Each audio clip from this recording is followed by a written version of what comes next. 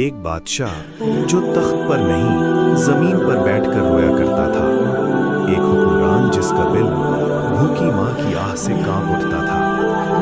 یہ کہانی ہے امیر المومنین حضرت عمر فاروق رضی اللہ عنہ کی، جس کے دور میں عدل ایسا تھا کہ دریا کے کنارے مرنے والی بکری کا بھی خوف رہتا تھا کہ کہیں اللہ پوچھ نہ لے۔ ایک ٹھنڈی رات تھی، مدینہ خاموش تھا، لوگ اپنے گھروں میں سو چکے تھے، مگر حضرت عمر رضی اللہ عنہ سو نہیں رہے تھے۔ آپ فرمایا کرتے کہ جو حکمراں رات کو سو جائے وہ دن میں عوام کا حال کیسے جانے۔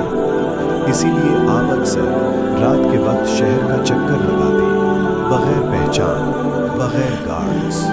اس رات بھی آپ مدینہ کے باہر کے علاقے میں پہنچے کہ اچانک بچوں کے رونے کی آواز سنائی دی۔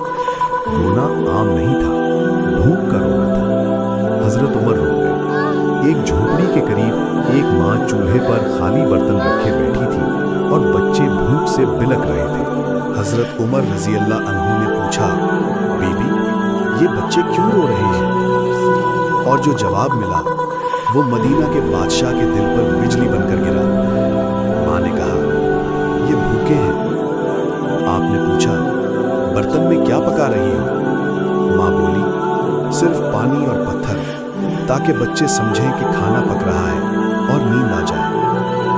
پھر اس ماں نے کہا، اللہ عمر سے پوچھے جو ہم جیسوں کا حال نہیں جانتا۔ یہ سن کر حضرت عمر رضی اللہ عنہ کا سر جھک گیا، آنکھوں سے آنسو بہنے لگے۔ اپنے آپ سے کہا، اے عمر یہ تیری خلافت کا جواب ہے۔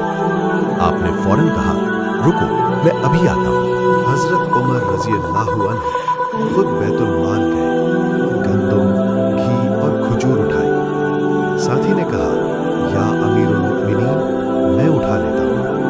آپ نے کہا، قیامت کے دن میرا بوجھ بھی تو اٹھائے گا، اور خود اپنی پیٹھ پر بوری اٹھائی۔ واپس آ کر حضرت عمر رضی اللہ عنہ نے خود چولہا جلایا، کھانا پکایا۔ دھواں اٹھتا رہا اور دھوئیں کے ساتھ عمر کی داڑھی بھیگتی رہی۔ بچے کھانا کھانے لگے، رونا ختم ہوا، چہروں پر مسکراہٹ آ گئی۔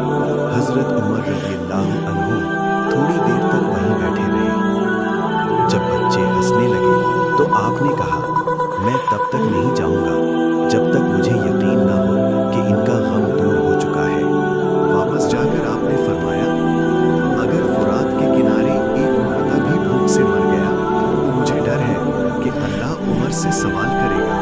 یہ تھی اسلام کی خلافت، جہاں بادشاہ تاج نہیں ذمہ داری پہنتا تھا۔